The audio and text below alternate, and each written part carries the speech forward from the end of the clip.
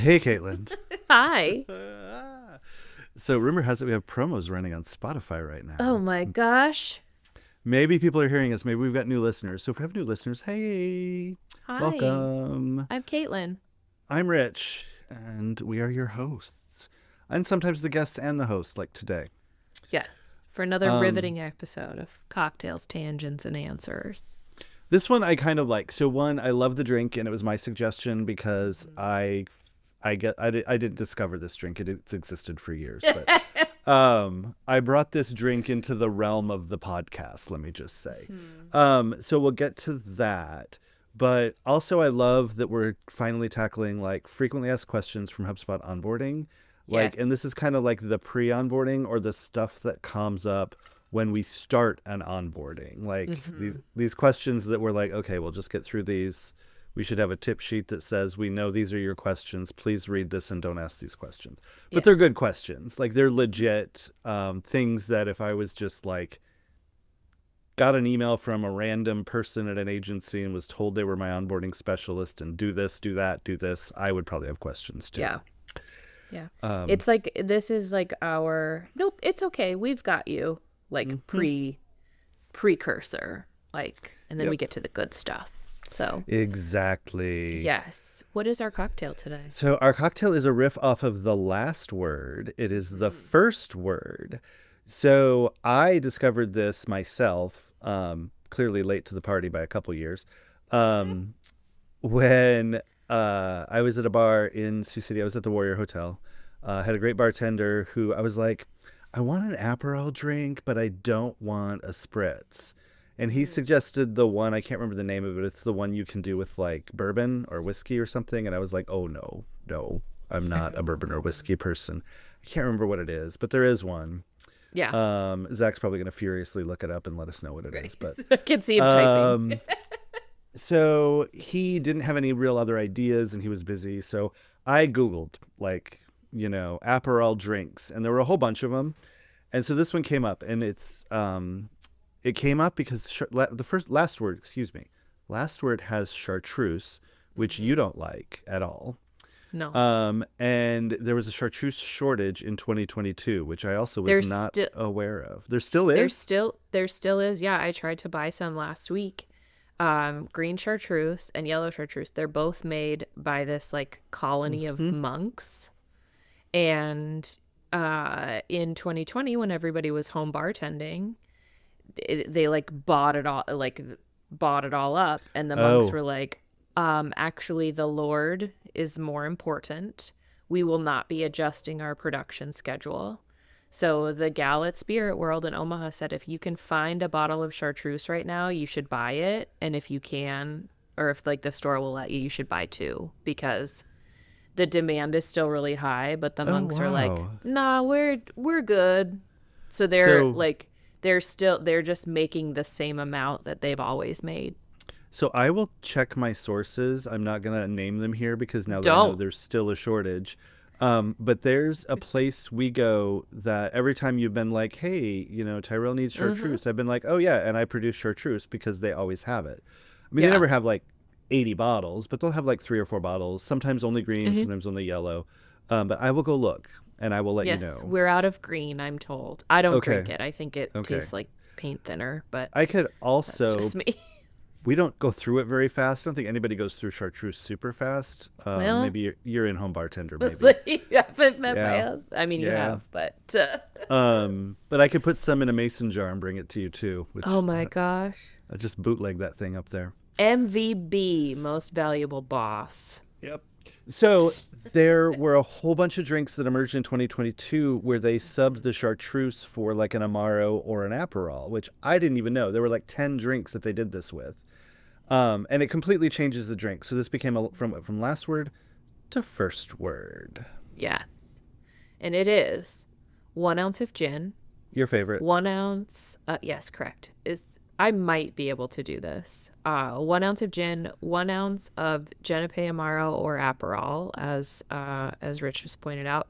1 ounce of Luxardo maraschino, which I love. It's so good. And an ounce of Mm-hmm. lime juice. So you Mm-hmm. add all of those ingredients to a cocktail shaker with ice, and shake her up until she's cold, and then strain into a chilled coupe. Yep. The And end. so I bet you could I, probably garnish that with one of those Luxardo cherries too, oh yeah, 100%. Or you could or garnish like it 4 with, of them. But or we could use our freeze dried blood oranges would go well in this too. oh Um, yeah, yeah, that we keep in our freezer. We talked about that yum. already, though. Yeah, it was funny because I was going for an Aperol drink, and the bartender was like, "Oh, he's like, I have this really great Amaro. I have no idea which brand it was. It might have been Genepy. It might have been something else. But he's like, it'll be a little bit more interesting with Amaro.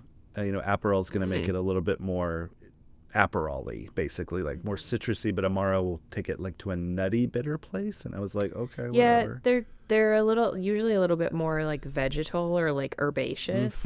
A Yep. lot of times they're made with like there's one that's artichoke. I think that's I Whoa. can't remember Okay. what it is. Yeah, it's like an artichoke liqueur. Um, hold on, I can't find it. Yeah, and I will say Oh, yeah. he There's did not so have a many Amaros though. he did not have a coupe glass, but he had an oversized martini glass, and he put it in that. I always appreciate when it was big enough. Like I love a good coupe glass, but I get bars don't always stock those. Though I do feel Interesting. if you're a high-end bar in this day and age, you should have a good set of coupe glasses. Yeah. So I maybe also I'll feel like just martini glasses are tippy. I don't like the center of gravity on a martini glass. no. I think that like in a margarita glass, same thing. Margarita glasses are Yeah, always top heavy. It's good for your first drink. It's not good for your fifth drink. that's correct. Or if you're Third. I mean, walking, third in my case, but yeah. yeah, if you're walking around a bar, yeah, the martini glass is not your friend. Just I put it in just, a rocks glass, you'll be fine. yes. I have really like changed my tune. I like a margarita in a rocks glass. I don't want Oh, same. all the So nonsense we have, anyway. those. I mean, you get them at like Marshalls and Home Goods and all those places, but the thicker like glass with the bubbles in it, and it's usually got a color around the rim. Margarita glasses, like they almost look like they're handmade, though I'm sure they're not. Like We got it reminds me of like Carlos O'Kelly's. yes, exactly, yes, which is now. Where that used to be back when I lived in Sioux City is now the sushi place we go to. That's Ogawa. That used to be Carlos O'Kelly's a long time ago. Really? In the 90s, yep. Early 90s. Or the late 1900s, The as we late like to say. 1900s. Yes. So we got some of that type of glass and that heavy weight, but they're like fat stemless wine glasses. Mm-hmm. So it's like this fat round, like a rocks glass had a little bubble on the bottom or whatever. Yeah. But anyway, I do like margaritas in those, and we bought a case of the jalapeno limeade, which is probably gone now from Trader Joe's because it's seasonal. But we legit Oh. got a case of 12 bottles of that when it showed up. How many Brian of did those that do you for have me. left? We actually have we've been rationing it like we usually do, not realizing we have a ton left.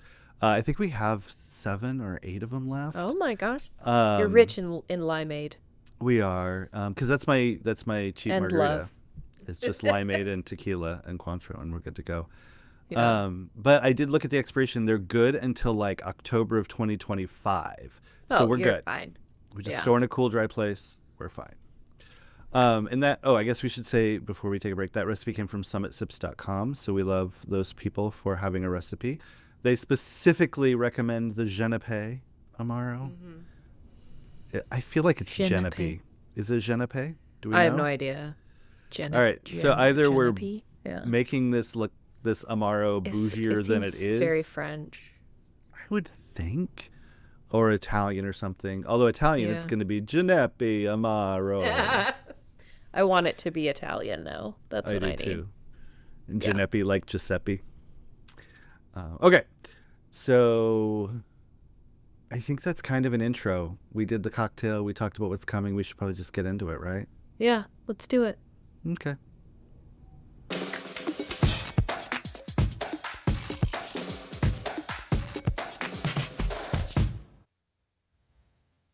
Welcome back. We have some clarification. We do during the break. Zach Genepy. found a YouTube. Yeah, Genepy. It Genepy. is French. Genepy. Genepy. Genepy. Okay, so it's PY, don't- not Genepy. Yeah, please don't criticize my French pronunciation. I'm just going Genepy. to call it Genepy. Genepy. It's fine. When you Let's say Giuseppe, it reminds me of the Disney movie Luca. Because see, and I I'm pretty haven't sure there's seen like a Luca yet. Is that oh, the it's don't so talk? Is that the we don't talk about Bruno one, no, or is that a that's different one? That's Encanto. Luca Encanto. Luca is set on the like Italian shoreline, and it's about Oh. like sea monsters and humans and how we're all the same. It's very Oh, sweet. okay. Yeah. Interesting. But I've seen there's the a one that um the Dia de Muertos. I've seen that one with that the boy. is oh my god, I Coco. know. Coco, yes. So I've L- seen that one, but I have Mama not seen Coco. Luca or the other one. If you yeah, I'm gonna need you to Step research up Up. on that. Yeah, We yeah. have Disney Plus. I can watch it. Get We to have it. Disney Plus. Be prepared All right. to weep it at Encanto, but that's okay. Speaking of being prepared, if you're thinking about Yes. buying HubSpot, this next section will make you so prepared, Here's what and you your need to onboarding know. specialist will be so happy that you know these things. Do you want to Um, do like a role play? Do I have to do HubSpot onboarding? okay, so yes and no. So you can skip it and just choose not to participate, which is, I don't recommend that. But onboarding in the professional and enterprise hubs, when you buy one of those from HubSpot, it is mandatory and it does have an associated fee with it. Again, you can pay the fee and never show up. I would just say, please tell your specialist you don't plan to show up so they're not Right. like trying to get you to, we don't want to try to keep making fetch happen. But yeah, so it is mandatory and you should honestly do it. Like you learn things. I still learn things sometimes and I'm the one doing the onboardings. Um, Yeah. so I just think like you don't know what you don't know. And correct. so the time with a specialist is really valuable, even if it's just like, hey, I need 20 minutes to ask these Yep. 4 questions. Can you show me where to find this? Or I've used HubSpot before, but I can't quite remember, or I want a deeper understanding. Like Mm-hmm. there's so much opportunity that exists within it because it's not a preset curriculum. Like we tailor the experience to your specific needs. And so Yep. you can get what whatever you might want out of it, which is really Yeah, and I valuable, think I that think. dovetails into kind of a sub question that comes with this, and I've had this a couple of times. You don't have to wait until you graduate onboarding to do things. We'll get into kind of how long onboarding takes. But like if you in your first 3 weeks go through the training and work with your specialist and are ready to send out emails, you can send emails.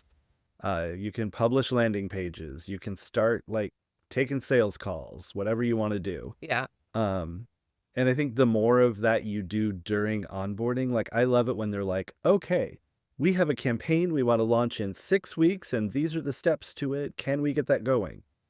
Yeah, 100%. Let's do all the things to make that campaign happen, which is really great. Yeah, I think And too, then, like to be like live beta testing it, right? mm-hmm, So like you yep, get a couple of salespeople in there, or you send your first marketing email and you kind of learn like, oh, this worked really well. I don't quite have a comfort level with this piece. How do I adjust and make it better the next time? Like it's just, yep. you know. Yeah, I always appreciate when people try stuff on their own because you can't really break it. And then are like, I feel like I screwed this up. And it's like, nope, you just have to move this over here and you're good. Um, I think It the one loop. also, Oh, yeah, go ahead.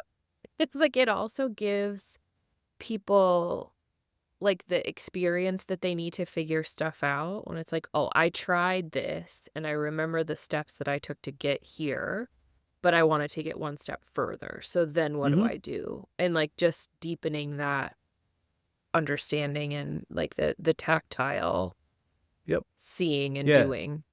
And one of the big ones I get is they'll create a marketing email and do a one-time send or a scheduled send because those are easy. But then they're like, okay, now I want to follow this up in 3 days with a second email and then in 7 days with a third email. And it's like, okay, let's talk workflows. Let's make this Mhm. happen for you where you can do it once and away it goes. Yeah. So I think the other, before we wrap up this question, do I have to do HubSpot onboarding?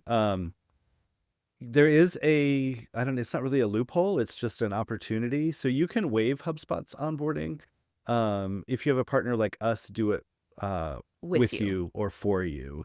And so basically you just tell your salesperson that you've got to have the partner like on board and ready to go. There's a link you have to click that says, yes, I'm going to do this with the partner. The partner will have their own fees. So sometimes those are more than HubSpot, sometimes they're less than HubSpot. But they will also, you'll have opportunity to kind of go beyond the scope of a standard onboarding as well. Yeah. So that is one way to kind of flip that a little bit. Yeah. Is everybody who leads onboarding a HubSpot employee? Nope. Next question. Oh yeah, no, I won't leave it at that. Some are and some aren't. So some of them are partners like us. We're a platinum partner and we're certified in HubSpot onboarding and maintain that certification. We have 4 people who do them. HubSpot does have their own internal team who does onboardings as well. And some folks get that, and some folks are given to partners like us. So that happened a couple of years ago. I want to say it's about 2 years ago. 3? 2 or 3. Yeah, it might have been 3. 3. They Right?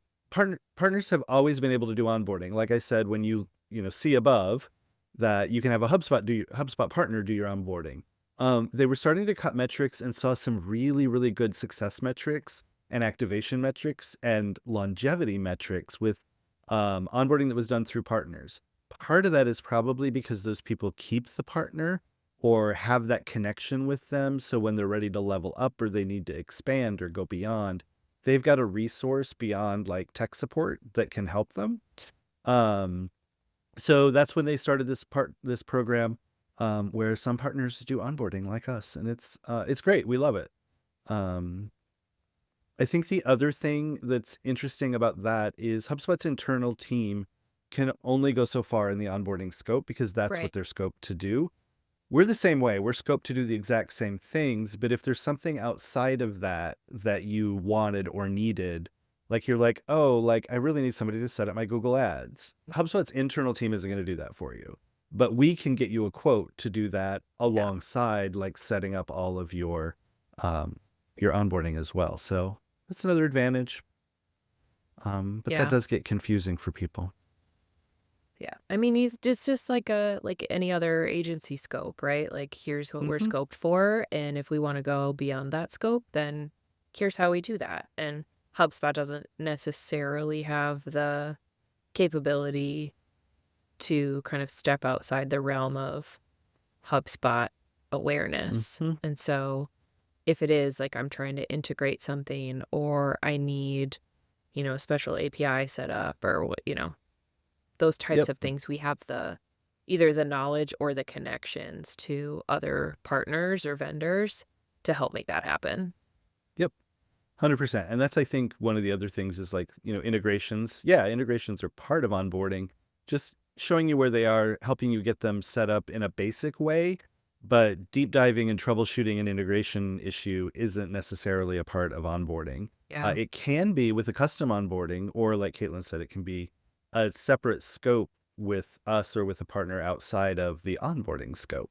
Yeah. And if you've worked with an agency before, like scopes of work are pretty common. And if you want to do something outside of what your agency's hired to do, then you need a new scope. You got to pay for that. Thank you. You do. I mean, that is kind of how we pay employees and keep things going and keep the lights on and Only kind of. buy plants. Apparently, we buy a lot of plants.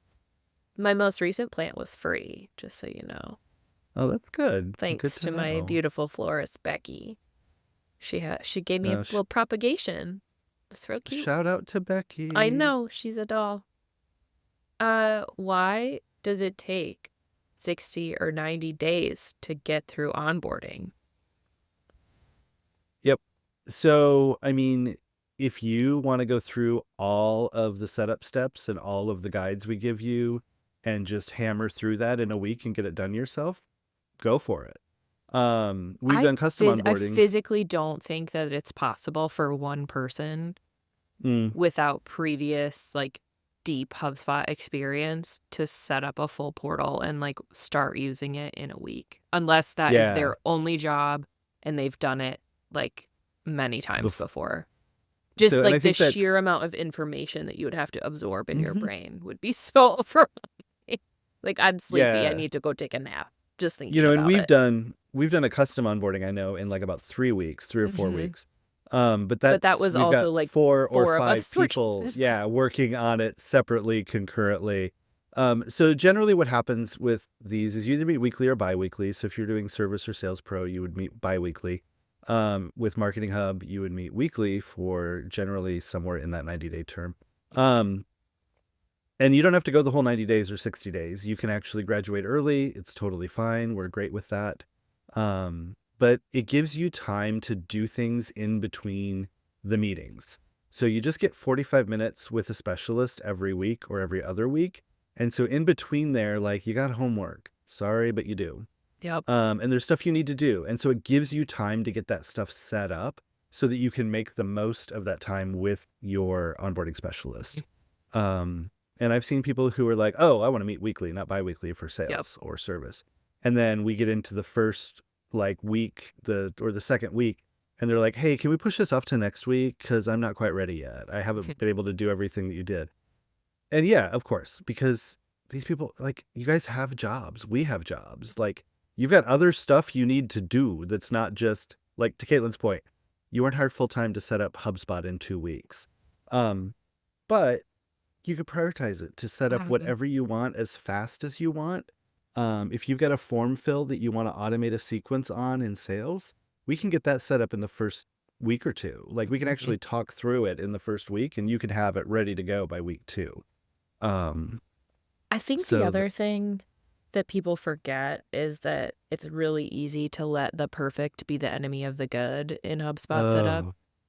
That 100%. it doesn't like, it can be iterative, right? So like, get your baseline stuff done and then build on that. And so if we get through the first 60 days and it's like, okay, I feel like I've got a good foundation, what do I want to do for the next 30 days with you? And how do I iterate on our initial build out? But it doesn't have to be perfect straight out of the gate. Yeah, and I always encourage people to, when they create a marketing email, even if it's just got fake copy, because they're like, oh, I need to get this to my copywriter, and then it has to be proofread and everything. Yeah, that's great. Just send it to me, because I'm not going to judge it. It gets you used to, like, there is a little bit of hesitation on that. Oh my God, I'm going to send out a marketing email now. All these people are going to get it. What if I get spammed? And it's like, no, let's just ease that up. You can send it to me. I'm not going to report it as spam. Like, you'll be fine. You can see what it looks like. Send it to yourself, but not as a test. Like, send it as a legit, like, as if you were sending it to other people. Yeah. It gets people used to that. Oh, it doesn't have to be perfect. Like, it needs to just be good enough. Always sounds bad, but that's kind of true. Right. It needs to be good enough to accomplish what you want and fit your brand and work for you, but it doesn't have to be like pixel perfect. Jesse's gonna kill me for saying that, but your logo should be pixel perfect, 100%. Yes. I'm talking to you, City of Visalia. But yeah, if you haven't seen that, ask Jesse about it, Caitlin. The City of Visalia logo, like, quagmire, it became just a nightmare. They hired an agency to do it. And they got it, and then everybody was up in arms because it was missing a building, and it was missing this thing, and it didn't have this thing. So then, of course, they just scrapped it, and that agency got paid, presumably, so they're like, whatever. And did a contest. Oh, not a contest. A contest where a lot of things were happening in the crook of a V. And some of them were, yeah. Anyway, so they chose a logo, and of course the community now, or the design community, has gone in and found where, like, this color is peeking out from under another color, the masking isn't right, this is off by 3 pixels, etc. It's anyway, look it up. You can probably just Google it. Visalia, Visalia, Visalia, California. It's part of the Central Valley. I've been there actually several times. You drive through it if you're going from San Francisco to Fresno. Got it. Visalia. Mm-hmm. Oh no. So, yeah. Some of the ones that were submitted were fun. Okay. So anyway, A tangent for you all. Doesn't It's the name of the game have here. to be perfect. Yeah. Is I think where we were. And will my onboarding specialist just do everything for me? Sure, why not? No, no. So the HubSpot onboarding that you buy through HubSpot is a guided onboarding. So it's where your specialist like us will guide you. We'll walk you through it. We'll talk you through it. You'll do a screen share. It'll be great. Or we'll do a screen share in our demo hub and we'll demonstrate it for you. But nope, we will not build that workflow for you. We're not allowed to. Because the idea is that we're not going to be there forever, right? So you've got to learn to set that up for yourself and to be able to do it yourself. Again, the caveat to that is if you hire a partner, an onboarding partner like us to do your onboarding, you can do a custom onboarding or a white glove onboarding. And Zach will post a link that'll kind of show you the difference between what a HubSpot onboarding is and what a custom onboarding is. But the big one is, the answer to this question is yes. If you pay us, we can set everything up for you if we're doing a custom onboarding. And we have seen that come up. My favorite is when we get like 3 weeks into onboarding and they're like, I am never going to have time to do any of this. Is there just any way you can set this up for me? Can you just do this? Can you just take it over? Yes. It's like, more yep, often let than me not. send you a quote. I will send you a quote and we'll get that done. We also run into after the onboarding where it's like, hey, so I know we did the workflow and I set up my demo workflow, blah, blah, blah. I've drawn a workflow in Visio or wherever, or in some sort of a flowchart program. Yep. Of what I need built, but I don't have time. I got to do a conference or something. Yep. Can you just build this for me? And it's like, you bet. We will send you a quote. You sign the quote. You pay us, and we will do the workflow for you. But that's a big one. I don't know, how many times do you think you're asked, like, well, can you just do it for me? Not as often anymore. I think because we do a pretty good job of like setting the stage of what to expect on our first call. Mm-hmm. That said, I always leave the door open to say, like, if you are unsure, if you need extra help, we can provide those services. So like, I don't get asked for like out of scope stuff as frequently, but I do still get the question of like, yep, it's too much. Here you go. Yeah, I've had a couple that have gone off the rails on scope.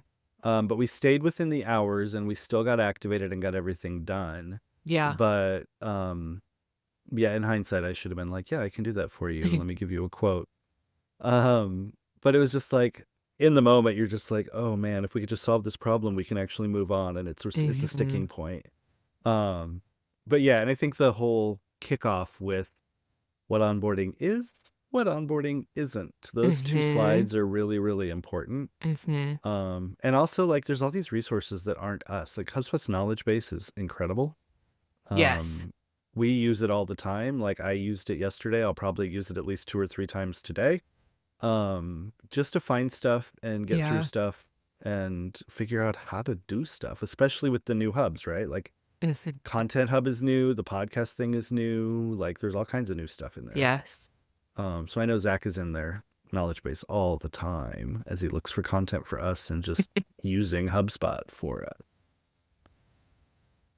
So, I mean, is that an episode? I'm seeing the time. We're like looking good. I think Zach's we did gonna be it. like, he's going to be like, you're like perfect on this episode. It's We're come out perfect. right at 30 minutes. That's the note we're getting. Yes. We are. So go have a first word before you have the yes. last word. We're going to have a first word. And just, I think the key with this is ask your onboarding specialist if you have a question. They're going to tell you what you can and can't do and what is what. Yes. Thank you again for listening. We would love to hear from you. If you have a question you'd like to send our way, you can go to ctapodcast.live to shoot us a message, or even better, leave us a voice message on our hotline at 402-718-9971. Your question will probably make it into a future episode. So my friend Needle did listen, and he admitted that he was like, I love it. You called me out, and I'm calling you out again, but he did not call. As far as I know, no voicemail has come through, right, Zach? Needle. Like, we don't have a voicemail.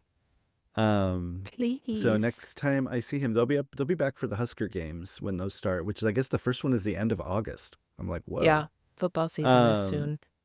but Travis I Kelsey will. returned to training camp. Oh, So fair enough. So that's now why I know that football has so the started because of Swifties are all aware training season has started. So maybe when he's here, I'll make him get on his phone and call in a question for us. I'll just stand there and be like, dial this number. No, anyway. And maybe one of the people who hears our promo and starts listening to this will decide to call us and Yeah. ask us a question. All right. So with that, we do have another episode coming up in 2 weeks as we do them. Because honestly, if we tried to do this weekly, I would probably explode. It's too much.